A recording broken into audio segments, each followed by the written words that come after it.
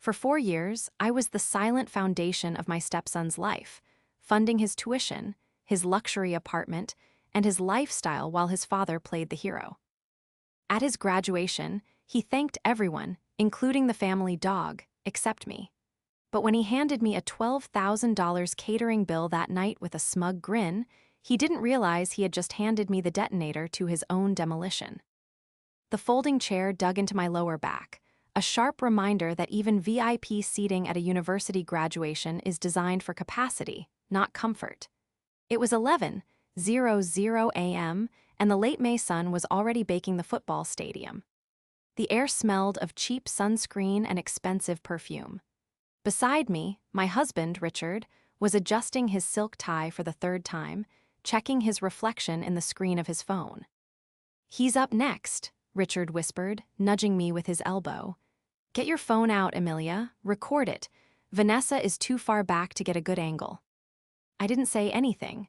I just pulled my phone from my purse, wiped the smudge off the lens, and zoomed in on the stage. I was a senior commercial architect. I spent my life calculating load paths and stress fractures. Right now, I was calculating the stress fracture in my bank account. The tuition payments alone had been $50,000 a year.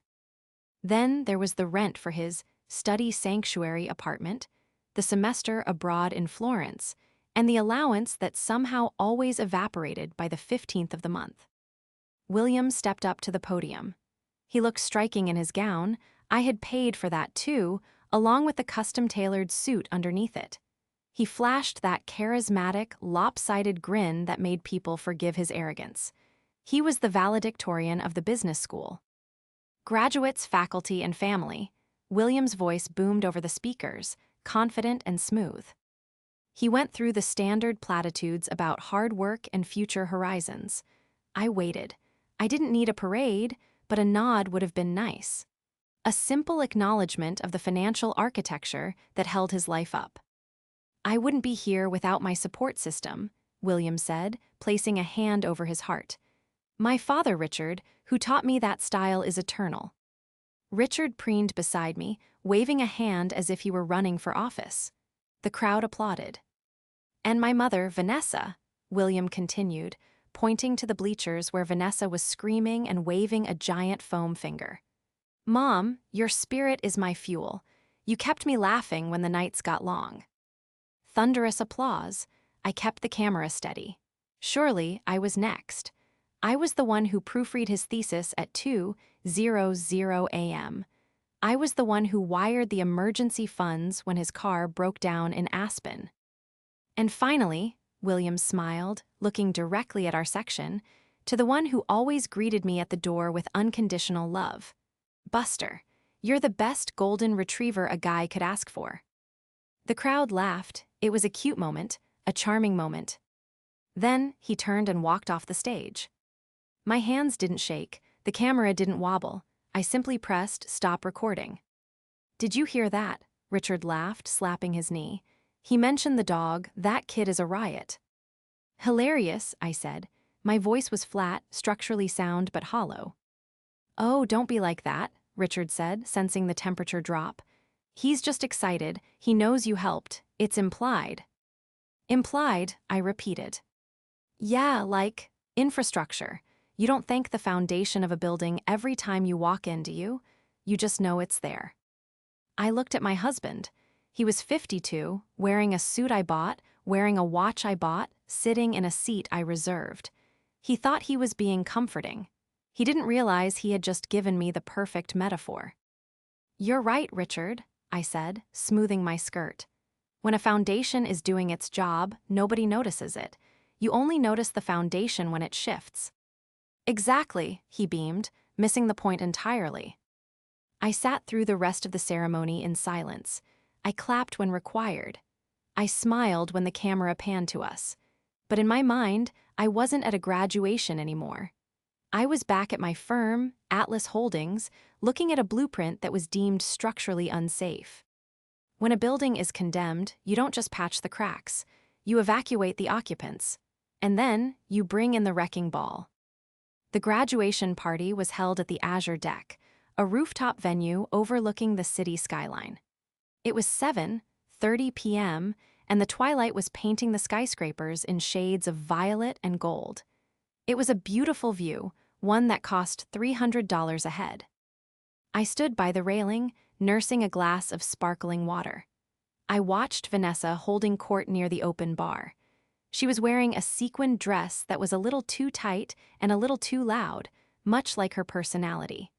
She was telling a group of William's friends how she had manifested this degree for him.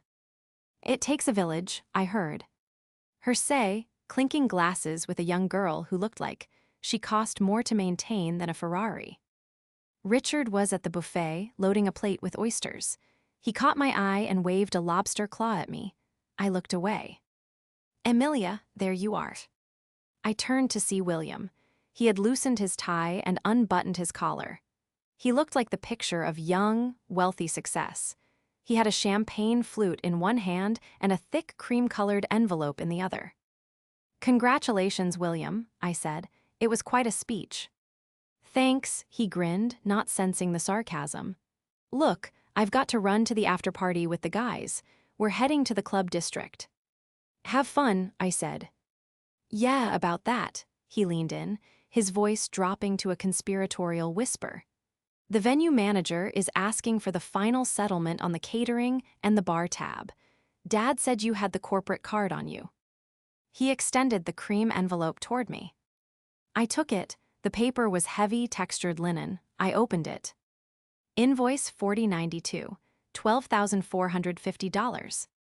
I looked at the itemized list: imported caviar, top-shelf vodka, staff overtime. "You want me to pay this," I stated. "Well, yeah," William chuckled, a sound that grated on my nerves like sandpaper on glass. "I mean, Dad's cards are maxed out, and Mom, well, you know Mom. Besides, consider it my graduation gift. I didn't ask for a car or anything." "You didn't ask for a car because you're driving the Range Rover I leased for you," I reminded him. He rolled his eyes, a gesture of supreme teenage petulance trapped in a 22-year-old's body.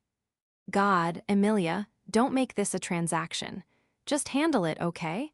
I want to get out of here before the old people start dancing." He tapped the invoice in my hand with his index finger, tap, tap, and turned his back on me. He walked toward his friends, raising his glass. "Drinks are on me, boys," he shouted. I stood there frozen.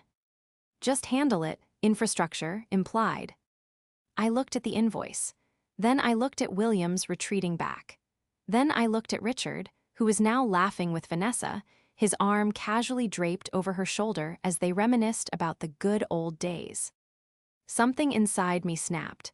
It wasn't a loud snap. It was the quiet, terrifying sound of a steel cable parting under too much tension. I walked over to the venue manager, a man named David who looked anxious to be paid. "Excuse me," I said softly. "Mrs. Sterling?" he asked, hopeful. "No," I corrected him. "Ms. Vance, I'm afraid there's been a misunderstanding." Sorry. This party wasn't hosted by me. I'm just a guest." I handed the invoice back to him. The young man in the gray suit, the valedictorian, he just announced that drinks are on him. I believe his father, the man eating the lobster, will be settling the bill. "But," they said. "I know what they said," I interrupted, my voice cool and professional. "But I didn't sign this contract, did I?" David looked down at his clipboard. "No, the signature is Richard Sterling." "Then you should probably speak to Mr. Sterling before he leaves. He tends to be forgetful." I walked toward the exit. On my way out, I passed a large, brushed metal trash can. I reached into my purse, pulled out the world's best stepmom, sash Vanessa had jokingly forced onto me earlier that day, and dropped it into the bin. I didn't look back. I took the elevator down 40 floors, walked past the valet stand where Richard was expecting me to bring the car around, and hailed a taxi. "Where to?" the driver asked. "The Ritz-Carlton," I said, "and take the long way." The suite at the Ritz was silent. It was a silence I had paid $600 a night for, and it was worth every penny. It smelled of lavender and starched linens, not deceit and lobster. I sat at the mahogany desk, looking out at the city lights. It was 10:45 p.m. My phone had been buzzing incessantly for the last hour. 14 missed calls from Richard, 8 missed calls from William, 3 text messages from Vanessa. I didn't unlock the phone. Instead, I opened my laptop. I didn't cry. I think that's what surprised me the most. I expected tears or rage or the urge to throw a vase against the wall, but there was nothing, just a cold, clinical clarity. In my line of work, before you build a skyscraper, you have to do a site survey. You have to know exactly what lies beneath the surface. You have to identify the sinkholes. I logged into my primary banking portal. Joint account overdrawn by $400. Richard S. business account, which I funded, $12.58. William's tuition and living account, $0. I switched tabs to my private business holdings, Atlas Holdings, LLC. This was the money they didn't have access to. The money I had made before I met Richard. The money that funded the loans I had gifted them over the years. I opened a new spreadsheet. I named it Project Demolition. Row 1, the house. Status, deed held by Atlas Holdings. Occupants, T. Nance at will, Richard and William. Action required, eviction. Row 2, the cars. Status, leased under Amelia Vance Design Group. Action required, repossession. Row 3, the tuition. Status, $210,000 paid over 4 years. Documentation, promissory notes signed by Richard, who never read what he was signing. Action required, recall. I stared at the screen. The blue light illuminated my face. I wasn't a wife anymore. I wasn't a stepmother. I was an architect staring at a condemned building. My phone buzzed again. A text from Richard popped up on the lock screen. EMILIA, the card was declined. They are threatening to call the cops. Where are you? Answer ME. I picked up the phone. I looked at the message. I typed a single reply. I'm just infrastructure, Richard. You don't notice me until I'm gone. I hit send. Then I turned off the phone, opened the minibar, and poured myself a glass of wine. Tomorrow, I wouldn't just be leaving them. I would be erasing the ground they stood on. But first, I needed a specialist. I needed someone who could dig through the rot faster than I could. I opened my email and composed a new message. To Rowan G at Crisis MGMT. Calm subject. I need to cash in that favor. Body, it's Amelia. I have a job for you. It involves forensic accounting, asset recovery, and a significant amount of family drama. Are you free for breakfast? I hit send and took a sip of wine. The demolition had officially begun. The cafe, the Black Grind, was an industrial chic spot in the financial district where an espresso cost $7 and the air smelled of roasted beans and ambition.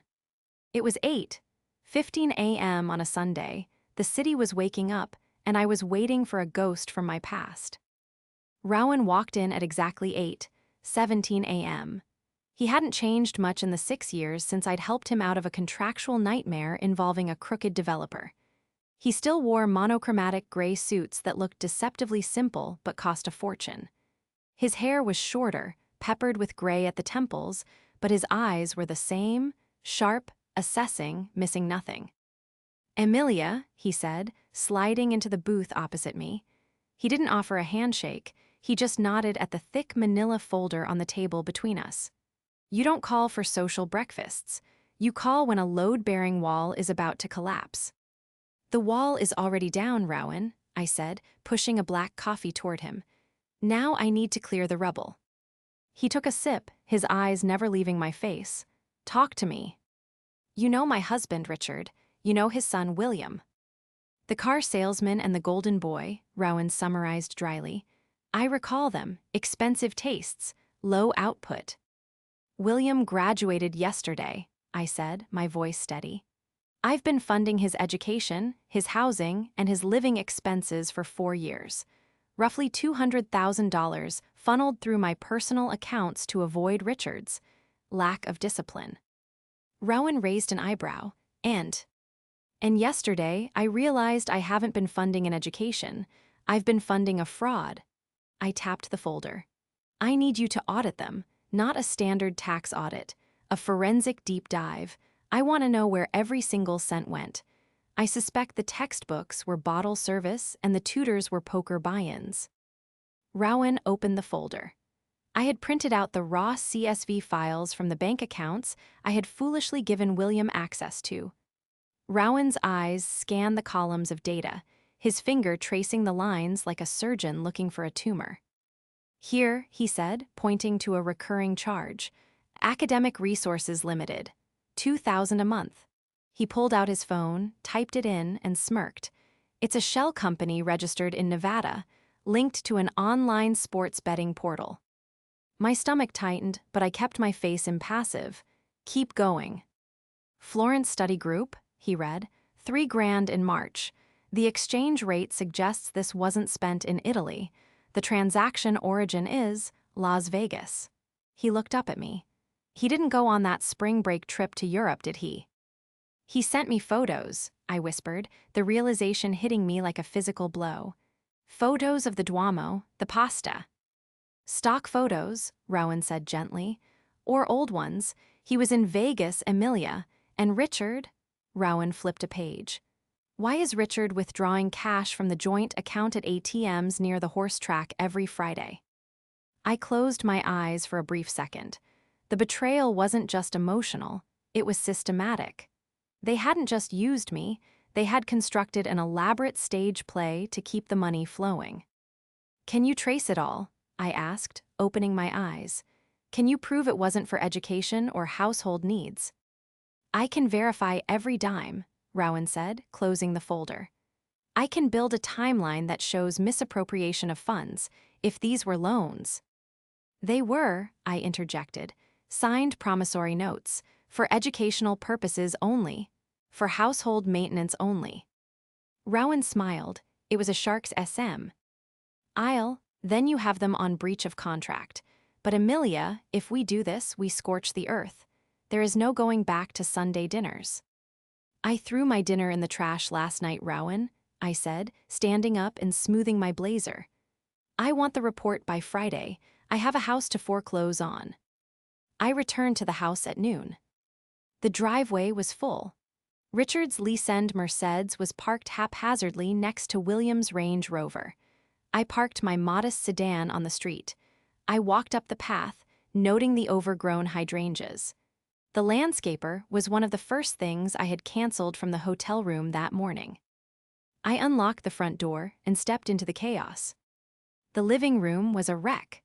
Suit jackets were thrown over the couch, empty champagne bottles littered the coffee table, and the air smelled of stale alcohol and takeout pizza. Richard was pacing the floor, still in his dress shirt from the night before, while William lay sprawled on the sofa, scrolling on his phone. The moment the door clicked shut, they both froze. "Where the hell have you been?" Richard exploded, his face turning a mottled red. "Do you have any idea how embarrassing that was? David chased me to the valet stand. I had to put the catering on 2 different credit cards." "And you humiliated me," William added, sitting up. He didn't look sorry, he looked annoyed. "My friends were asking why my stepmom walked out. I had to tell them you were having a menopausal episode." I didn't speak, I didn't yell, I didn't explain. I simply walked past them. "Emilia, I am talking to you," Richard shouted, following me into the kitchen. I opened the refrigerator. It was stocked with premium organic food, paid for by me. I took out a pitcher of filtered water, poured myself a glass, and drank it slowly. "Are you deaf?" Richard demanded. I set the glass down. I looked through him, focusing on a spot on the wall behind his head. Then, I turned and walked toward the stairs. "Mom, seriously," William groaned. "This silent treatment is childish. I need money for the grad trip deposit. The guys are booking Cabo tonight." I stopped on the second step. I looked at William. I thought about the sports betting. I thought about the fake Florence trip. I continued up the stairs. "Fine," Richard yelled from the bottom. "Be a child, see if we care." I went into the master bedroom, or rather, the guest room I had moved into 3 months ago when Richard's snoring became unbearable, a polite excuse for my growing resentment. I closed the door and locked it. I opened my laptop and logged into the utility providers. Electric company, auto pay canceled. Water and sewer, auto pay canceled. Gigabit internet and cable bundle, $280 mo, cancel service. Effective immediately. A warning popped up on the screen. Are you sure? A cancellation fee of $50 will apply. I clicked confirm. Downstairs, I heard the TV blaring a football game. Suddenly, the sound cut out. Hey, William's voice drifted up through the floorboards. The Wi-Fi just died. Dad, the router is blinking red. Restart it, Richard yelled. I did, it's saying service suspended. I sat on the bed, listening to the muffled panic downstairs. It was the sound of a modern life grinding to a halt. They thought the internet was a right. They were about to learn it was a utility, and utilities are paid for by the people who own the house. I put on my noise-canceling headphones, selected a classical playlist, and opened a book. The silence in my head was beautiful. Tuesday morning, the house was tense. The internet was still down, and Richard had been forced to use his limited mobile data to check his emails. He had tried to confront me 3 times. Each time, I had simply walked out of the room. I was in the kitchen, brewing my own coffee with a small French press I kept in my room, when William came in. He was dressed in a sharp polo and khakis. He looked ready to conquer the world, or at least a brunch menu. Look, Amelia, he said, trying a different tactic charm. I know we're fighting. I know you're mad about the invoice. I get it. It was a bad joke. I poured the coffee. I didn't look up. But today is a big day, he continued, leaning against the counter. I'm going to trade in the Range Rover. It's got too many miles. There's a sweet deal on a new Porsche Macan. I just need you to co-sign. The dealer said with your credit score, I can get 0.9% APR. I took a sip of coffee. The audacity was breathtaking. It was almost art. Earth to Amelia, he waved a hand in front of my face. I need you at the dealership at 2:00. Can you make it? I picked up my mug and walked out the back door to the patio. I sat on the lounge chair and opened my tablet, connected to my personal encrypted hotspot. William stormed off, muttering something about impossible women. At 2:30 p.m., my phone rang. Caller ID, William. I let it ring. It stopped, then it rang again immediately. I what? He did the screen light up. Buzz, buzz, buzz. A text message came through. Mom, pick up. They are running the credit check. I deleted the message. 10 minutes later, another call. This time, from a number I didn't recognize, probably the finance manager at the dealership. I answered, this is Amelia.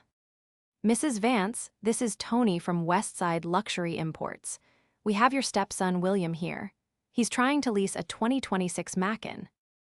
I see, I said, my voice pleasant and detached. He's listing you as the primary guarantor. We just need to verify some income details and get a verbal authorization before we run the hard check on your credit. I'm afraid there's been a mistake, Tony, I said clearly. A mistake? Yes, I am not co-signing for any vehicle. In fact, the vehicle he currently drives, the Range Rover, it's leased under my company name. Please inform William that the lease has been terminated as of this morning. A tow truck from the leasing agency is actually en route to your location to collect it. There was a long, stunned silence on the other end. Ma'am, he drove that car here. If we take it, he won't have a way home. Yes, I said. That does seem like a problem for him. Have a good day, Tony. I hung up. I sat back in the sun, listening to the birds chirp in the overgrown garden. I imagined the scene at the dealership. The shiny showroom floor, the coffee in the styrofoam cup. The look on William's face when he realized that not only was he not getting a Porsche, but he was also going to have to Uber home in shame. My phone buzzed again. William, you did not just do that. William, they are towing the car. William, how am I supposed to get home? I typed one response: use the money from the Florence study group. I blocked his number for the rest of the afternoon. The Uber ride home must have cost William a fortune, or maybe Richard had to wire him the cash. I didn't ask, and they didn't offer the information. The atmosphere in the house had shifted from annoyance to open hostility. It was Wednesday, and the silent strike was now a Cold War. I was in my home office, the door locked, reviewing the preliminary report Rowan had sent over. It was a digital autopsy of my family's financial life. The results were worse than I thought. You seeing this, Amelia? Rowan's voice came through the speakerphone.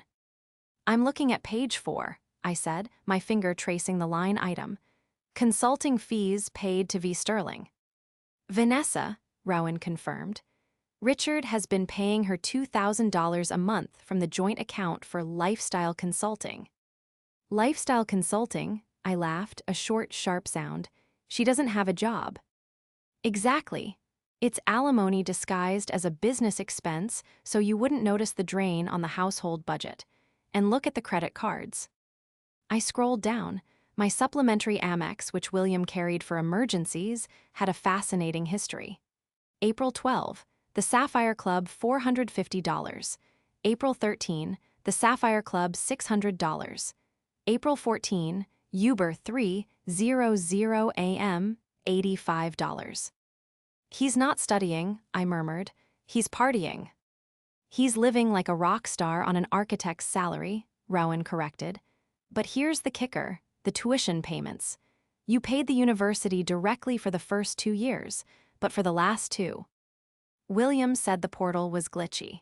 He asked me to wire the money to his student account so he could pay in person. He didn't pay in full, Rowan said. He paid the minimum to stay enrolled. The rest, he transferred it to a crypto wallet. I've traced about $40,000 sitting in an account under the name Crypto King Will. I felt a cold rage settle in my chest. It wasn't just entitlement, it was theft. Lock it down, Rowan, I said, all of it. I've already drafted the freezes. The moment you give the word, every card linked to your credit, every joint account where you are the primary holder, and every authorized user gets cut off. Do it, I said, now. Consider it done. Oh, and Amelia, you might want to be out of the house tonight. When the transaction fails at dinner, they're going to come for you. No, I said, looking at the door. I want to be here. I want to see it. That evening, around 7:00 p.m., Richard and William ordered sushi. They didn't ask me if I wanted any. I sat in the living room reading a magazine while the delivery driver waited at the door.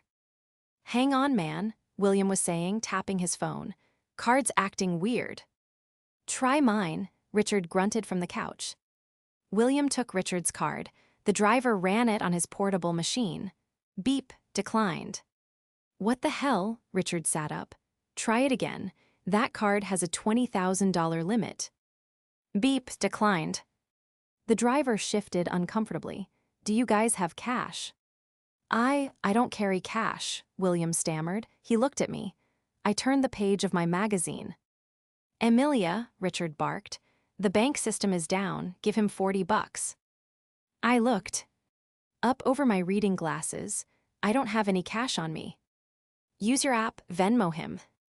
I deleted the app, I lied smoothly. Too many security risks. For God's sake, Richard stormed over to the door. Look, buddy, we'll sort this out. Just leave the food. I can't leave the food without payment, sir, the driver said, stepping back. I have to take it back to the restaurant. Take it back, William shrieked. It's sushi, you can't resell it. Store policy, the driver said, turning around. I watched as $60 worth of spicy tuna rolls walked down the driveway. Richard turned on me, his face purple. You did this. You canceled the cards. I reported them stolen, I said calmly, because clearly someone has been stealing from me for years. The room went dead silent. The next morning, the house felt like a bomb site.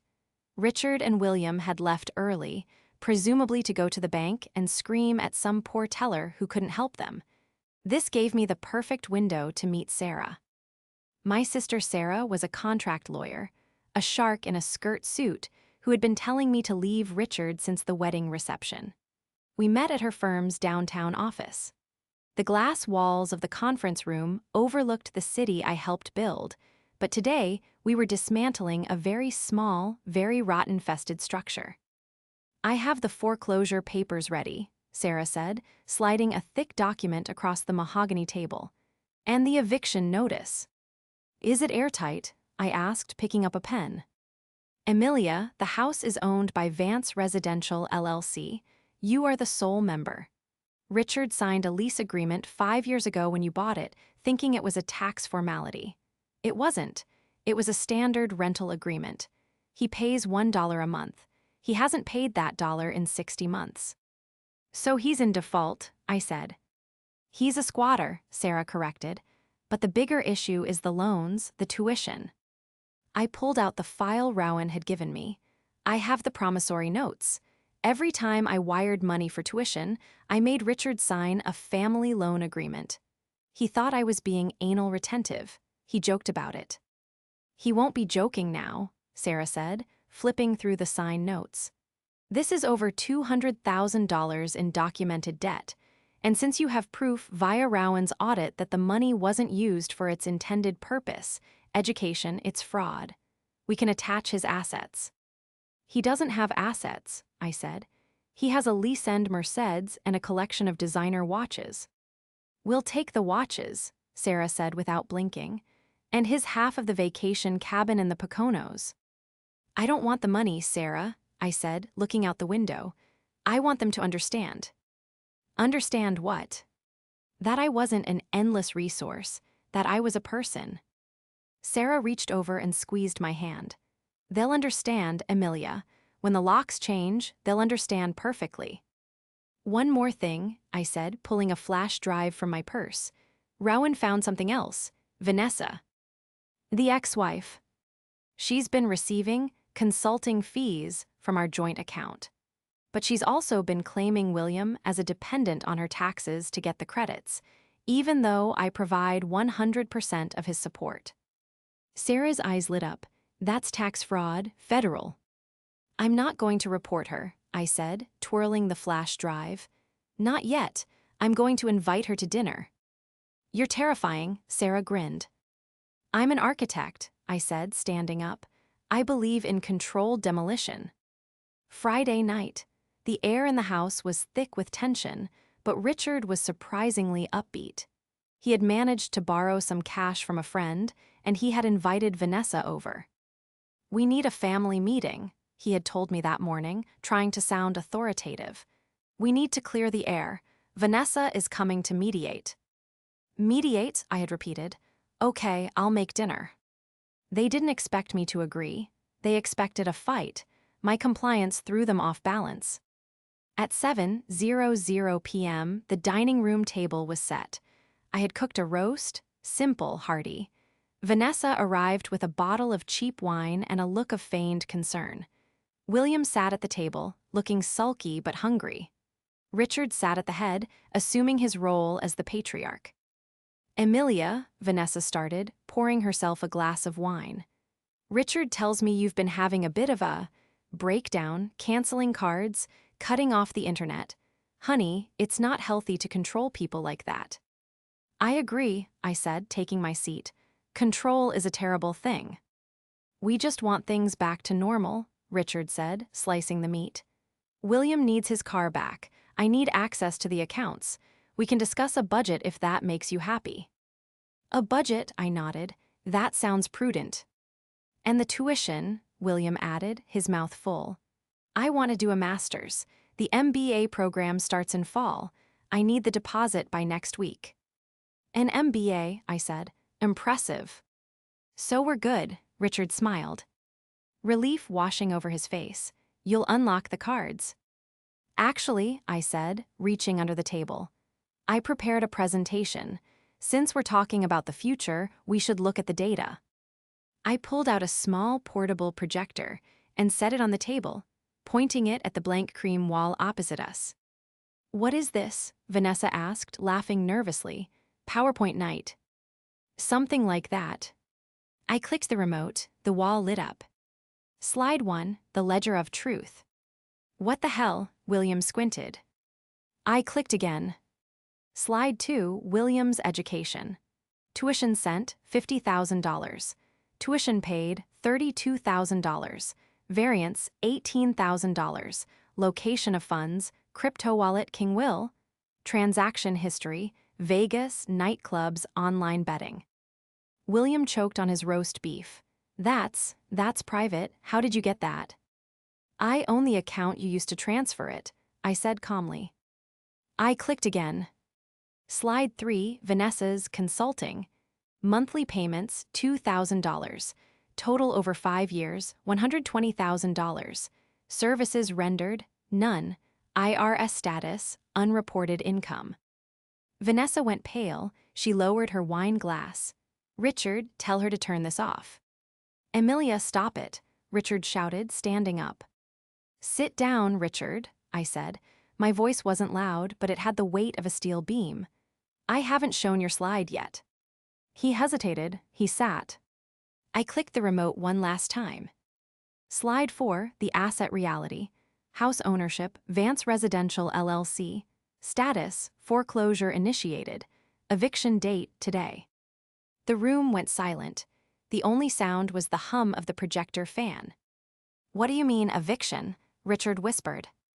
I mean, I said, standing up and picking up my plate, that I am done funding this fraud. You have 48 hours to vacate my property. All of you. I walked to the kitchen, scraped my untouched dinner into the trash, and left them sitting in the dark, illuminated only by the glowing evidence of their own greed. The hum of the projector fan seemed to grow louder in the silence. The words eviction date today hovered on the dining room wall like a neon judgment. Richard was the first to break the paralysis. He laughed, a brittle, nervous sound. This is ridiculous, Emilia. You can't evict your husband. It's marital property. I've lived here for 10 years. Half of this is mine. I walked back into the room, carrying a thick binder I had retrieved from the kitchen counter. I dropped it on the table with a heavy thud. Actually, Richard, I said, opening the binder to the first tab, you haven't paid a mortgage, you haven't paid property taxes, you haven't paid for a single repair. What you have done is sign documents. I pulled out a document dated 5 years prior. Do you remember this? You called it boring tax stuff when I asked you to sign it. Richard squinted at the paper. That's just the refinance paperwork. No, I corrected him. This is a commercial lease agreement between Vance Residential LLC, landlord, and Richard Sterling, tenant. It states clearly that you are a tenant at will. And since you have violated Clause 4, illegal subletting to a third party, Vanessa, and Clause 9, failure to pay nominal rent, the lease is void. You tricked me, Richard shouted, his face turning a dangerous shade of purple. I protected myself, I said calmly, but the house is the least of your problems. I turned to William. He was staring at the slide showing his crypto wallet. William, I said softly, do you know what a demand for repayment is? He shook his head, looking young and terrified for the first time. Every semester, I explained, flipping to the next section of the binder, I transferred money to your account. And every semester, I had your father sign a parental loan guarantee note on your behalf since you had no credit. He guaranteed that the funds were for educational use only. I pointed to the slide. Since $18,000 went to offshore gambling sites, that is fraud. And since the loan terms state that any misuse of funds triggers an immediate recall of the full principal. I looked at Richard. You owe Atlas Holdings $210,000, payable immediately. I don't have that kind of money, Richard screamed. You know I don't. I know, I said, which is why the lien has already been placed on your future earnings, and your pension. Vanessa stood up, clutching her purse. I think I should go. This seems like a family matter. Sit down, Vanessa, I said, my voice sharp. You're part of the equation. Those consulting fees, If you leave now, I file the IRS whistleblower form tonight. If you stay and sign a repayment agreement, I might forget to mail it. She sat back down, her face ashen. The room was filled with the smell of cooling roast beef and total defeat. They weren't fighting anymore. They were doing the math. And for the first time in our marriage, the numbers weren't working in their favor. The next 48 hours were a BL. Of cardboard boxes and frantic phone calls. I didn't help. I sat on the patio, drinking tea, watching them dismantle the life I had subsidized. I had hired a private security detail, 2 large, silent men in black polo shirts, to stand by the front door. They weren't there to threaten. They were there to ensure nothing that belonged to me left the house. "Hey," one of the guards barked. I looked up to see William trying to sneak out with the 65-inch OLED TV. "That stays," the guard said, blocking his path. "Receipt shows it was purchased by Amelia Vance." "But I play my games on this," William whined, looking at me for sympathy. "Use your phone," I said, not looking up from my book. Richard was frantic. He was trying to shove 10 years of accumulation into a U-Haul he had to rent with cash because his cards were still frozen. He looked older, smaller. The swagger was gone.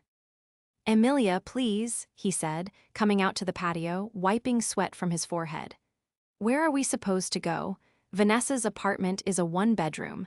We can't all fit there." "That sounds like a logistics problem, Richard," I said. "I'm sure you'll figure it out. You're a creative man." "How can you be this cold?" he asked, tears welling in his eyes. "I loved you." I looked at him, really looked at him. "No, Richard, you loved the lifestyle, you loved the safety. You loved that I handled everything so you could play the big man. You didn't love me, you loved the foundation." I checked my watch. It's 4:55 p.m. The locksmith arrives at 5:00. You need to be off the property. At 5:00 p.m. exactly, the van pulled up. A man named Mike, whom I had used for my commercial buildings, hopped out with a drill. Richard, William, and Vanessa stood on the sidewalk. Their pile of boxes looked pathetic against the backdrop of the manicured lawn. The neighbors were watching from behind their curtains. "Goodbye, Amelia," Richard said, his voice cracking. I didn't answer. I nodded to Mike. The sound of the drill biting into the lock was loud in the quiet evening. Whir, click. The front door opened. I stepped inside. "Mike," I said, turning back, "change the garage codes too, and the back gate." I closed the heavy oak door. The click of the deadbolt sliding home was the most satisfying sound I had ever heard. I was alone in a big, empty house. It was quiet. It was mine.